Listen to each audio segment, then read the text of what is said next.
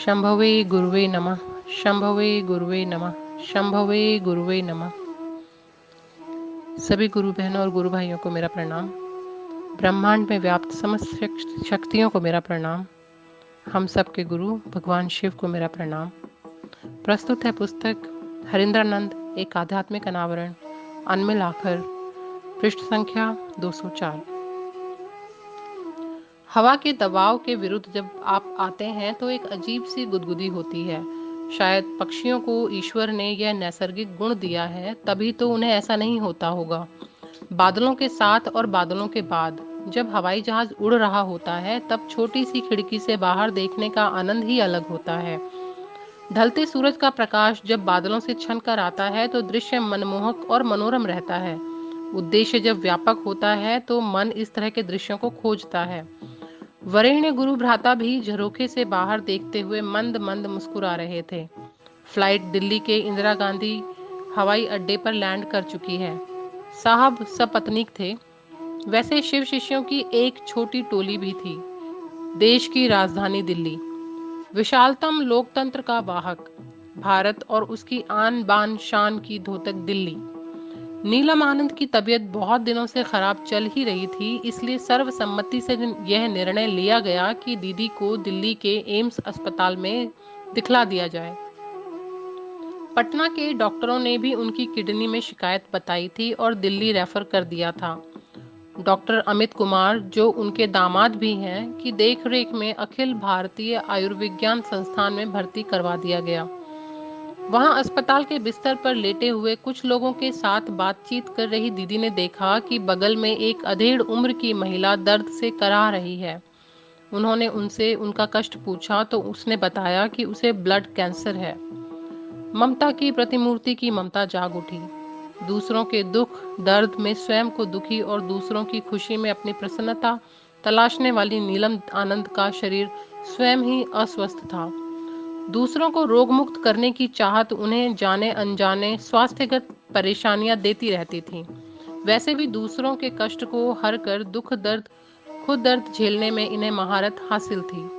किसी के कर्म फल का परिणाम आप अगर अपनी कोशिश से कम या ज्यादा करते हैं तो उसका प्रतिफल तो लेना ही होता है। उन्होंने उस महिला को शिव से निरंतर दया मांगने एवं नमः शिवाय का जप करने की सलाह दी।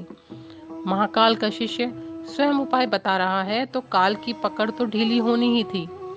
दूसरे दिन से ही उस महिला की स्थिति में सुधार होने लगा। दूसरी ओर इनकी तबीयत में गिरावट आने लगी।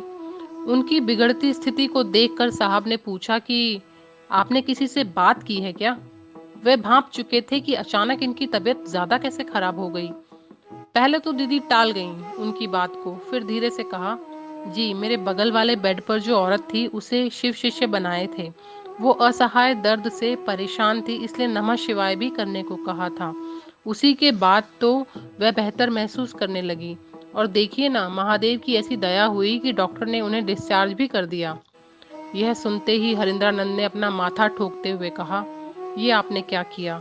अभी तो आप खुद ही बीमार हैं। आपको डॉक्टरों ने आराम करने की सलाह दी है। ऐसा करने से तो तबीयत और बिगड़ जाएगी आपकी, और देखिए बिगड़ भी तो गई। नीलम का उत्तर स्पष्ट था, मैं बीमार होने के बावजूद भी आपकी चिंता कर सकती हूँ, बच्चों के बारे में सोच सकती हूँ, तो महादेव का काम कैसे छोड़ सकती हूँ? अपने लिए तो सभी जीते हैं। साहब अर्धांगिनी की बात सुनकर निशब्द थे। हालांकि वे इनके स्वभाव से वाकिफ थे, इसलिए बस अपना ध्यान रखने को ही कह पाए।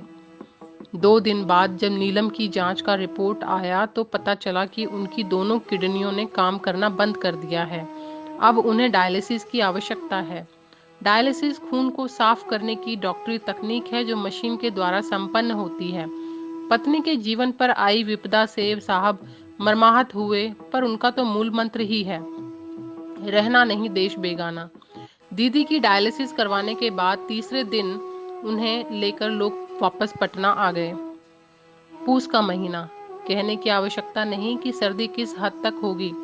ऑफिसर्स फ्लैट के ड्राइंग रूम में ही रूम हीटर जल रहा है। बिस्तर पर बैठी दीदी के चेहरे पर तनाव कोई भी आसानी से देख सकता है। सोफे पर साहब बैठे हैं, वहीं पास में बच्चे हैं और इनके अलावा कुछ करीबी। दीदी के चेहरे पर खिंच आई लकीरें इसलिए नहीं थी कि वे अस्वस्थ हैं, अपितु उन्हें शिव चर्चा में नहीं जाने देने की बात मुख्य थी। साहब ने कहा, नीलम, आपकी तबीयत ऐसी नहीं है कि आप कहीं जा सकें। उनकी बात खत्म भी नहीं हुई थी कि बच्चों ने भी कहना शुरू कर दिया कि औरंगाबाद छोटी जगह है, वहाँ डायलिसिस और मेडिकल सुविधा भी नहीं होगी, सो माँ का जाना सुरक्षित नहीं है। यह सुनते ही नीलम दीदी के सुर्ख गालों पर 2-3 बूंद आंसू से ढरक आए। वे समझ चुकी थीं कि अब तो हमें ये नहीं ले जाएंगे। अगर हम शिव गुरु चर्चा में नहीं जाएंगे तो दवा भी नहीं खाएंगे। उनका यह वक्तव्य सभी के कानों में ऐसे बजा जैसे आप सड़क पर चल रहे हों और बच्चों ने शैतानीवश कोई पटाखा छोड़ दिया हो। सभी अवाक। साहब ने दीदी को देखा और बच्चों की ओर नजर घुमाया। अब तो कहने सुनने को कुछ बचा ही नहीं था। पिछले 6 महीनों से मशीन और दवाओं के सहारे जीवित व्यक्ति कह रहा है कि वो दवा नहीं खाएगा। समर्पण की सीमा जब मन और शरीर से ऊपर उठ जाती है, तभी ऐसा संकल्प लिया जा सकता है। ऐसी ही थी राजमणि नीलम। यह महादेव की असीम दया का फल है, तभी यह सोच हो सकती है और उसका प्रकटीकरण संभव हो सकता है। गेट स्कूल औरंगाबाद का पवित्र प्रांगण, जो संभवतः दीदी नीलम के शिव गुरु महोत्सव में शिव गुरु चर्चा करने का अंतिम साक्षी था।